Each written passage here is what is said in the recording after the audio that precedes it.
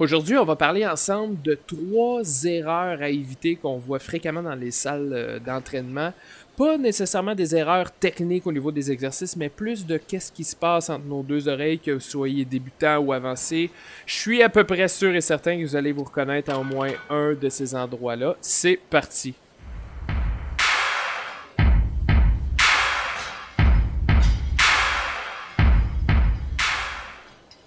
On commence tout de suite avec le numéro 1 qui prend particulièrement tout son sens en temps de pandémie. Au moment où je vous parle, les centres sont encore fermés et on doit s'entraîner à la maison. C'est d'attendre d'être motivé. Les gens qui me connaissent personnellement m'entendent souvent dire que l'action vient avant la motivation et c'est particulièrement vrai quand on parle d'entraînement. Et je m'explique. Alors, si présentement vous vous entraînez pas ou vous vous entraîniez et ça fait longtemps que vous avez arrêté, ben quand vous allez recommencer, la première des choses, c'est que vous allez ressentir un état de bien-être instantané après votre entraînement, sentiment de devoir accompli, et même physiquement, au niveau des hormones, par exemple, vous allez vous sentir bien. Et juste ça, ça va vous donner envie de recommencer. C'est un peu la même chose au niveau de la progression de vos performances ou de vos techniques, votre progression à l'entraînement. C'est certain que si ça fait longtemps que vous n'en avez pas fait, il ne faut pas s'attendre à battre des records. Mais juste le fait d'accumuler 2, 3, 4 séances, vous allez voir que rapidement, le cardio va revenir, les techniques vont revenir, on va être de plus en plus à l'aise dans les mouvements. Puis ça, c'est un autre facteur de motivation qui fait que ça va vous tenter de continuer et pas d'arrêter encore. Et si en plus dans cette activité physique-là, on réussit à aller chercher du plaisir, à aller chercher du fun, je vous en parlais particulièrement dans la capsule où je vous donne des trucs pour choisir votre salle d'entraînement, ben là, bingo, c'est sûr que ça va vous tenter naturellement de recommencer. Puis au lieu d'avoir tout le temps en tête la petite phrase « il faudrait que je m'entraîne, il faut que j'aille au gym », ben ça va venir naturellement parce que ça va vous tenter de le faire. Alors que ce soit pour vous ou pour un autre, c'est la même chose pour tout le monde. C'est vraiment le premier pas qui est le plus difficile. Mais un coup qu'on s'est mis dans l'action, c'est beaucoup plus facile de maintenir le rythme par la suite. Alors pour se mettre dans l'action, il n'y a pas de secret, mais si je peux vous donner peut-être un ou deux petits trucs qui semblent fonctionner avec plusieurs personnes. Le premier, c'est cliché, mais c'est cliché parce que ça fonctionne, c'est de prendre rendez-vous. Prendre rendez-vous avec vous-même dans votre agenda ou prendre rendez-vous avec un entraîneur ou avec un ami, mais de planifier d'avance, tout de suite pour la semaine prochaine, à quel moment vous allez faire votre première séance d'entraînement. Lundi, 17h à 18h, je consacre cette heure-là à un entraînement, que ce soit par Zoom, à l'extérieur ou de la manière que vous pouvez. Mais le fait de le planifier d'avance, ça fait qu'on va arrêter de rapporter au lendemain, on va tasser les excuses et le moment venu, je vais savoir que je dois me lever et y aller finalement. Et puis, c'est certain que si vous avez la chance de le faire avec une connaissance, un ami, un partenaire d'entraînement ou encore mieux avec un entraîneur, je vous le suggère fortement parce qu'évidemment, si vous avez rendez-vous avec un entraîneur par Zoom ou à la salle d'entraînement, là, vous n'avez pas vraiment le choix d'y aller finalement. Et mettez pas trop de pression à dire tout de suite, je vais faire 3-4 fois par semaine pour l'année au complet. Faites juste faire cette première séance-là. Regardez comment ça se passe et vous déciderez par la suite ce que vous ferez. Un autre petit truc que je pourrais vous donner, c'est de simplement débuter avec quelque chose que vous savez déjà que vous aimez.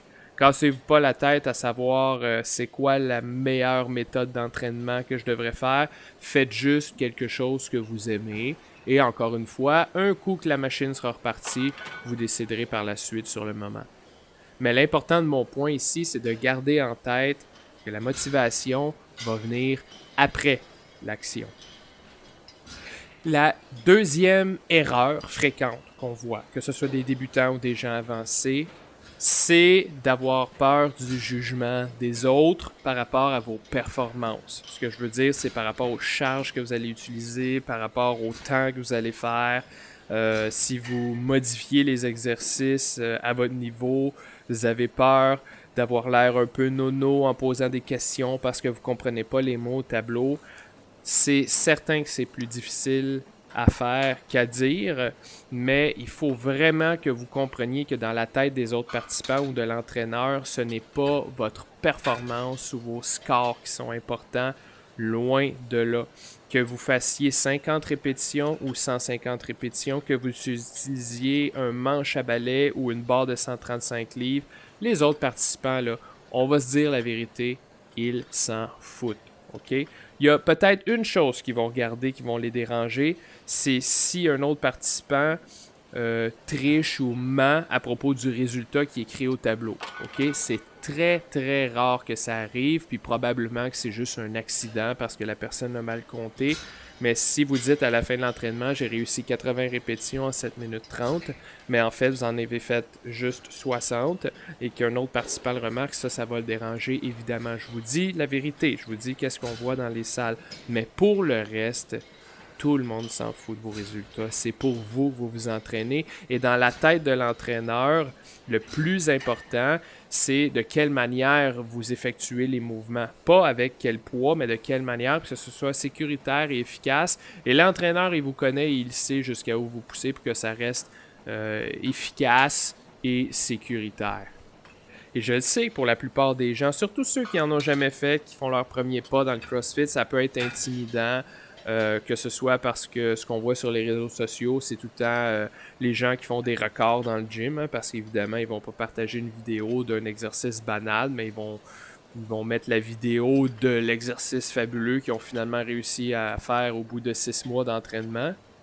Puis sinon, aussi, beaucoup de salles d'entraînement vont partager des vidéos du moment fort de l'entraînement où tout le monde travaille très, très, très fort. Et là, vous avez l'impression que votre cardio n'est pas à point ou moi, je serais jamais capable de faire ça. Et là, c'est le classique, hein? Je ne suis pas assez en forme pour faire ça. Ça, c'est quelque chose qu'il faut s'enlever de la tête aussi. Je le rentre dans la section peur de jugement, mais ça pourrait être une section entièrement à part. Vous devez comprendre que les entraînements de type CrossFit, c'est très, très, très inclusif. Ça peut s'adapter à n'importe qui. Une des preuves, au moment où je vous parle, les CrossFit Opens vont commencer. C'est une compétition en ligne qui est ouverte à tous. Ils ont différentes catégories, puis ils proposent des épreuves une fois par semaine, durant 3 semaines. Les gens accomplissent l'épreuve et entre leurs résultats en ligne, ils ont toutes les catégories d'âge qui vont jusqu'à 65 ans et plus. Ils ont les catégories évidemment hommes-femmes, même les adolescents. Ils ont même des catégories pour les gens en situation de handicap, que ce soit par exemple un handicap au niveau du bas du corps, du haut du corps, du système nerveux ou un handicap mental par exemple. On réussit à modifier les épreuves pour tous ces gens-là de manière à ce que tous ces gens-là puissent avoir du plaisir, mais aussi travailler à travers ces entraînements-là. Alors, vous devez bien comprendre que c'est accessible à tous, il suffit de l'adapter à votre niveau et donnez-vous du temps pour apprendre les mouvements et progresser dans tout ça. La troisième erreur, toujours au niveau plus psychologique, mental qu'on voit, c'est de ne pas respecter les limites de son corps. Et ça s'adresse peut-être un peu plus aux participants qui ont plus d'expérience dans la salle. Et je vais vous donner 2 ou 3 exemples pour bien illustrer mon propos ici. Exemple numéro 1, l'entraîneur propose aux participants de travailler le shoulder press, où j'ai une barre à côté sur les épaules que je dois pousser au-dessus de la tête en utilisant mes épaules et mes bras.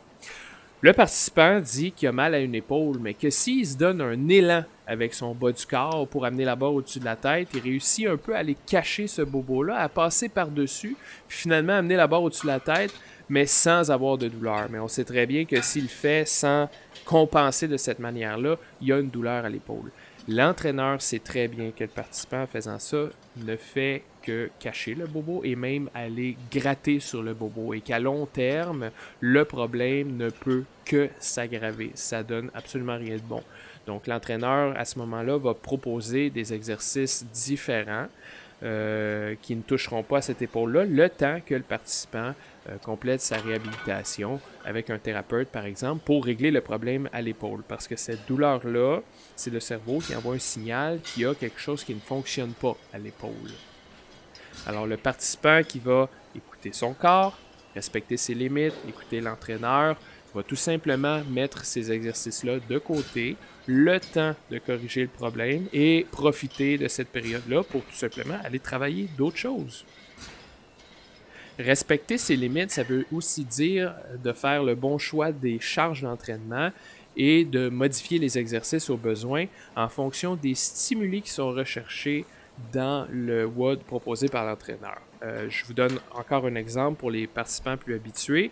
Prenons l'entraînement, on appelle un benchmark, le FRAN, qui est 21, 15 et 9 répétitions de thrusters et de pull-up.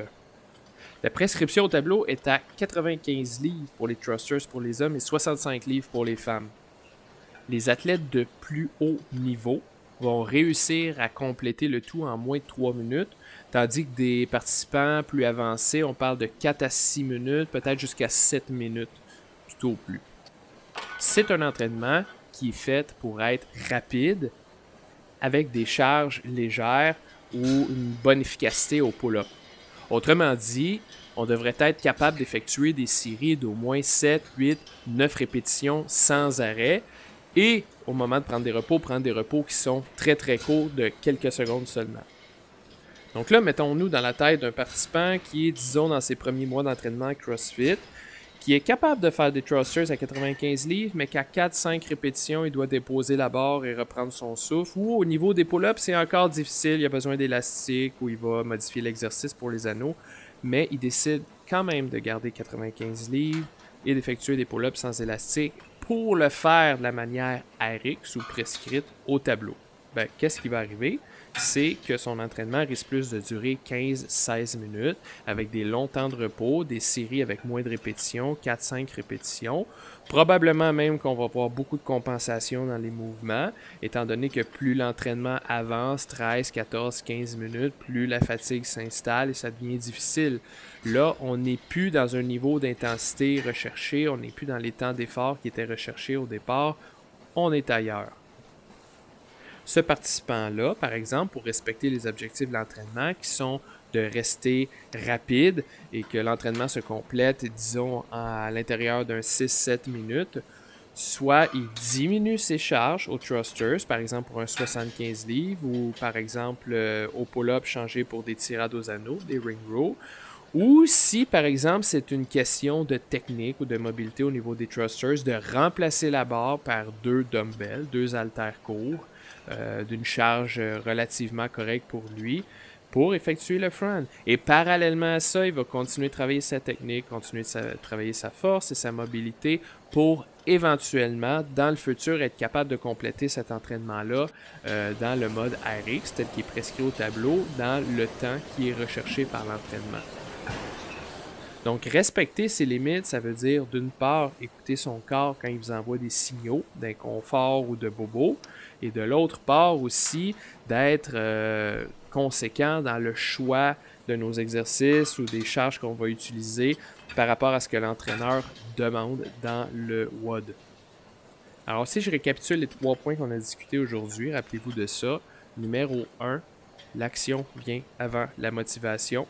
Donc, mettez tout en place pour vous rendre au premier entraînement et vous verrez par la suite qu'est-ce que vous ferez. Ne vous mettez pas trop de pression à long terme. La motivation va être naturelle si vous avez eu du plaisir et si vous êtes bien senti après l'entraînement. Numéro 2, n'ayez pas peur du jugement des autres. N'ayez pas peur d'avoir l'air fou parce que vous ne connaissez pas ça. N'ayez pas peur de ne pas être assez en forme pour commencer. Les gens autour de vous, les participants, sont là pour vous aider et pour vous applaudir quand vous avez fourni un effort et que vous avez terminé. Ils se foutent de vos résultats. L'entraîneur, ce qui l'intéresse, c'est de vous voir progresser, de vous voir bien bouger et de le faire dans un environnement qui est sain et stimulant pour vous. Numéro 3, respectez les limites de votre corps, que ce soit au niveau des bobos, que ce soit au niveau de votre mobilité. Quand c'est le temps, on modifie les exercices, on écoute l'entraîneur, on prend des charges qui sont intelligentes en fonction des stimuli recherchés par rapport à l'entraînement. Et tout ça, ça va faire que vous allez pouvoir continuer encore à pratiquer le CrossFit durant des années.